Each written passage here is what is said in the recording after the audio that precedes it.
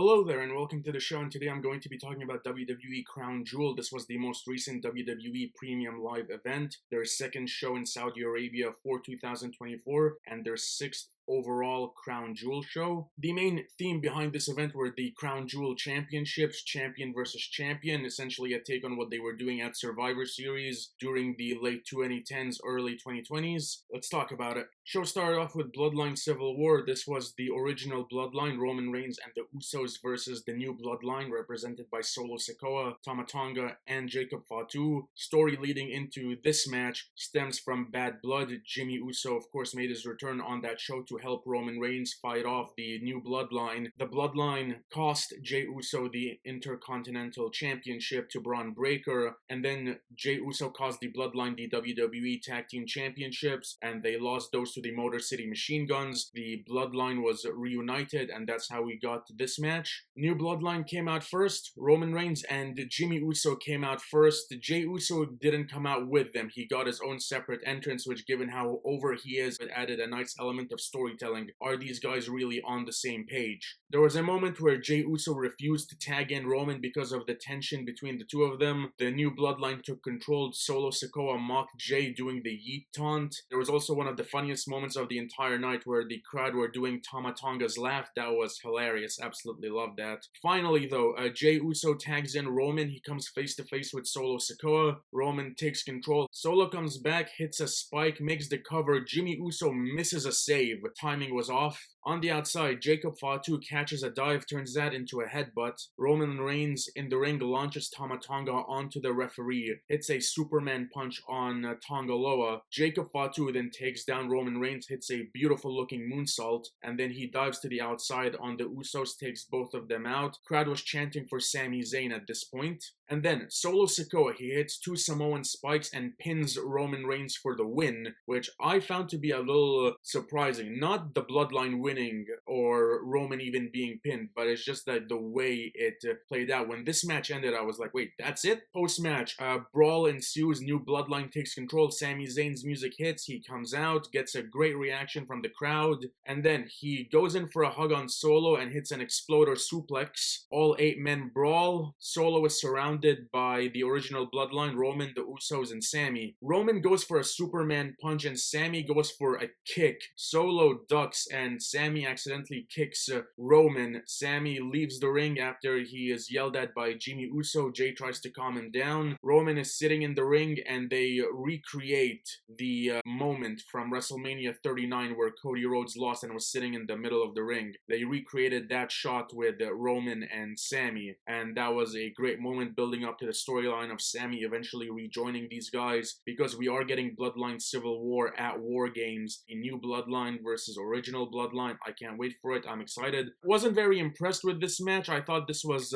fine. Nothing overly special. Decent enough opener to the show. Roman, Jey Uso, and Sami Zayn got great reactions from the Saudi crowd. Moving on to the next match. Fatal 4-way match for the Women's Tag Team Championships. Bianca Belair and Jade Cargill defending against Damage Control, represented by Io Sky and Kairi Sane, Piper Niven and Chelsea Green, and Metaphor. Couple of things. Number one, the Damage Control theme song is horrible. I've stated this before and I'm gonna state it again. I hate the Damage Control theme song. Number two, I'm not a big fan of Metaphor, just not a big fan of the act. Thirdly, Mike Rome, he tried to do the Chelsea Green intro the way Samantha Irvin used to do it, and it just sounded cringe. That was just painful to listen to. There was a spot where Kairi Sane tagged in and went for a kick on Jackson. She missed. That looked horrible. Came back with an impressive looking spear though, so that was nice. Piper Niven then comes in, hits a crossbody and power bomb on both members of Damage Control. Jade and Lash Legend go at it for a bit, then Piper Niven hits a crossbody from the top rope.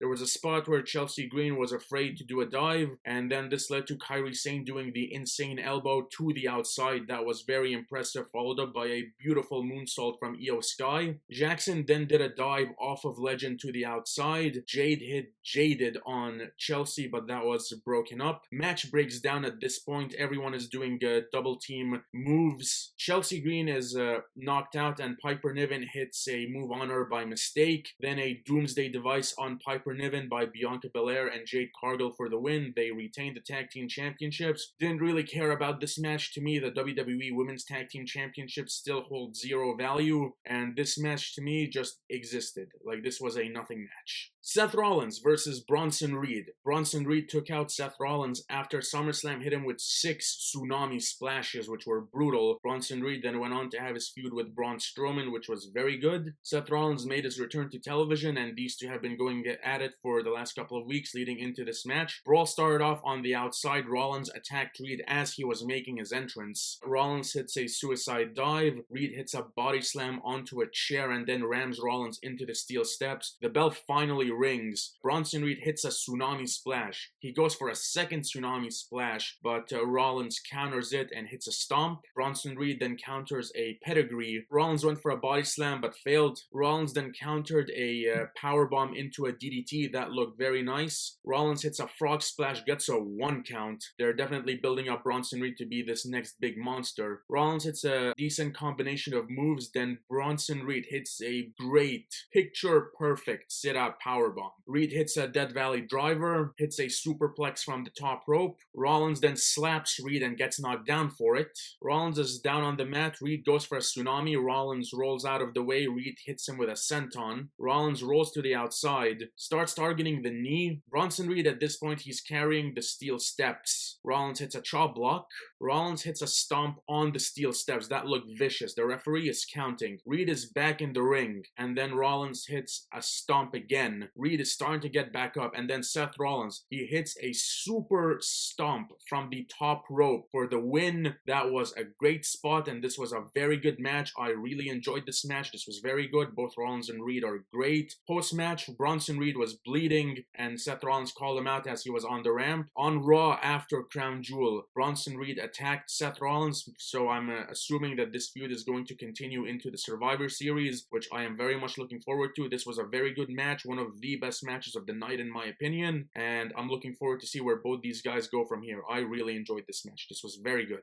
Up next, champion versus champion match for the Women's Crown Jewel Championship. Liv Morgan versus Nia Jax. One thing about this match, the dynamic felt off because this was heel versus heel, so who was the crowd meant to cheer for? Both of these women are heels. This was very much a power versus speed dynamic for the early goings of this match. Nia Jax using her power and Liv Morgan using her speed to move out of the way. Morgan hit a beautiful looking tornado DDT. Jax then hits a great Samoan drop. Jax then hits a Samoan drop off of the second rope. Morgan hits a sunset flip powerbomb. And then the match completely breaks down when Tiffany Stratton comes out. She teases cashing in the Money in the Bank contract. Nia Jax confronts her. Liv Morgan hits a baseball slide on the outside. Jax then hits a forearm when she goes for it again. Jax tells Tiffany to leave. After this, Raquel and Dominic Mysterio come out. Morgan hits a second rope code breaker. On the outside, Liv Morgan and Raquel are taunting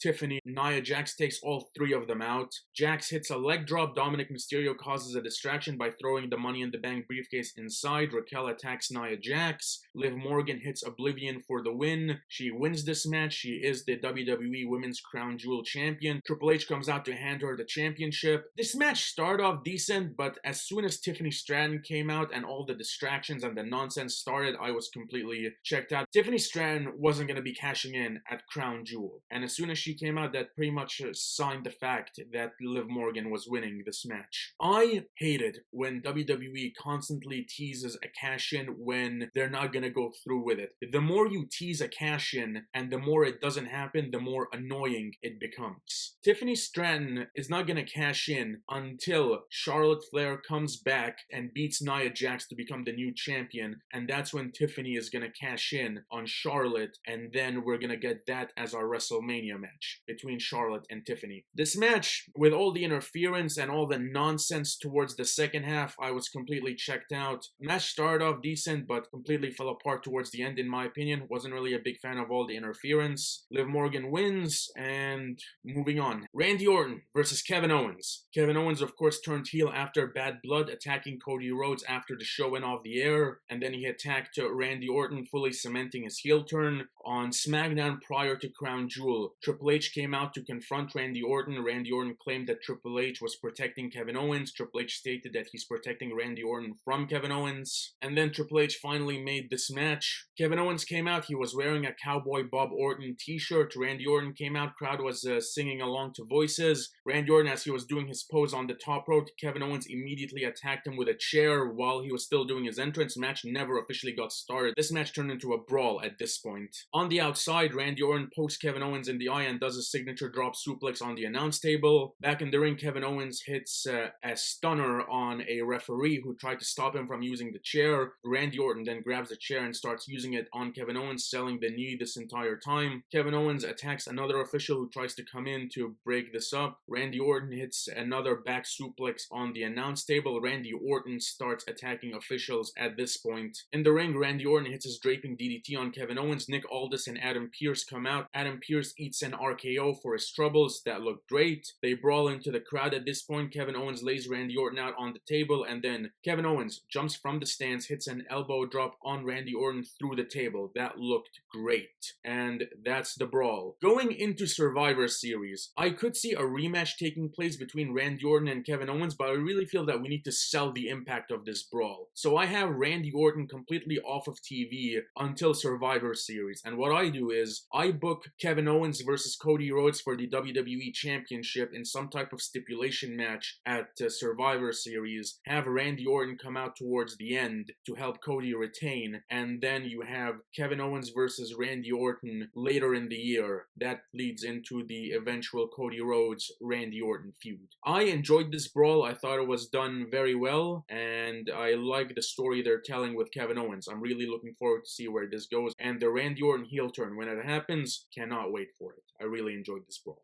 We then move on to what I felt was the match of the night at Crown Jewel. Triple threat match for the United States Championship. LA Knight versus Carmelo Hayes versus Andrade. Andrade and Carmelo Hayes had this best of 7 series going on. On match 7, LA Knight was the special guest referee. Match ended in a no contest. That's how we ended up with this triple threat match for the championship. LA Knight got a great reaction when he came out. He also has a custom US championship. Well, it's not really custom, it just has his LA logo on the leather strap of the championship. Match started off, Carmelo Hayes and Andrade were going at it. LA Knight was just watching, and then LA Knight started throwing punches at both guys. We get a double super kick on Knight. There was a beautiful looking springboard forearm from Carmelo Hayes. LA Knight then bashes Carmelo's head on the announce table. LA Knight then hits a springboard shoulder tackle into the ring. That was very impressive. Carmelo Hayes hits a senton on Andrade, and then he eats a DDT from LA Knight.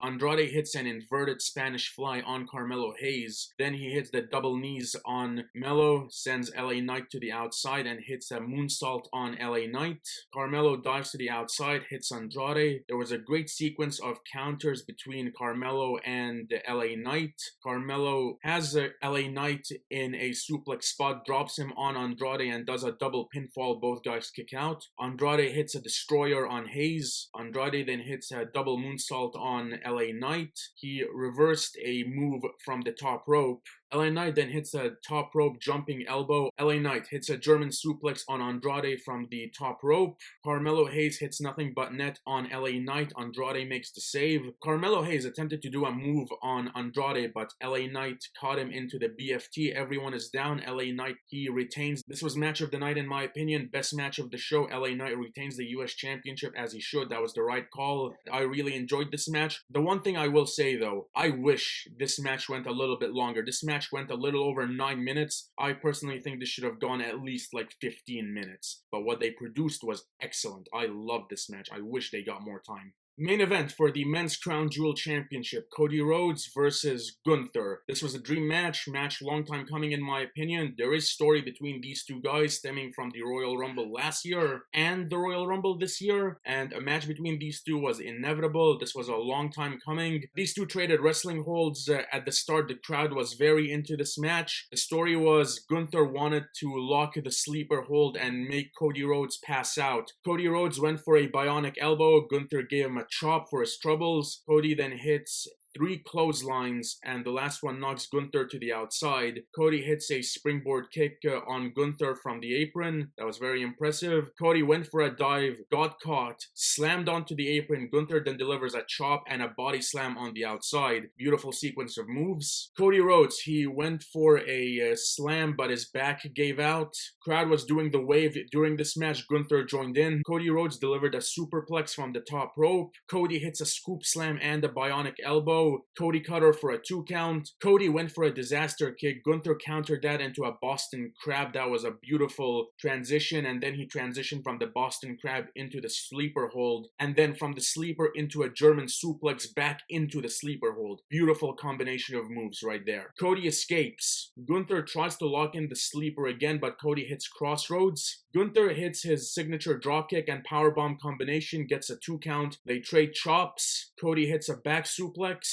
Gunther hits a clothesline, goes for a second clothesline that gets countered into a Crossroads, gets a 2 count. Gunther countered a Crossroads. Cody Rhodes dodged a chop. He went for a super Cody cutter off the top rope. He got caught by Gunther into a sleeper hold. Cody rolled through and pinned Gunther for the win. Cody Rhodes is the WWE Men's Crown Jewel champion. He pins Gunther. He wins this match clean. This was a very good match. Both these guys worked very well together, and the finish definitely leaves the door open for a second match down the road, which we are absolutely getting sometime in the future. That will be one of the marquee matches for WWE, either next year or the year after that. These guys worked really well together. The crowd was really into this. I enjoyed this match. To me, this was the second best match of the night behind the triple threat match for the United States Championship. I enjoyed this match. Triple H came out to hand Cody the championship, and that was WWE Crown Jewel 2024. Overall, I felt that Crown Jewel was a decent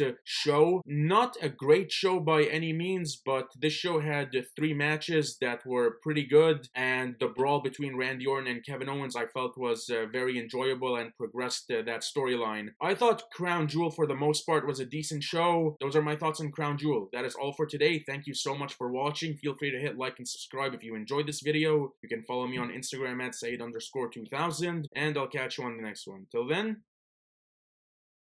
take care.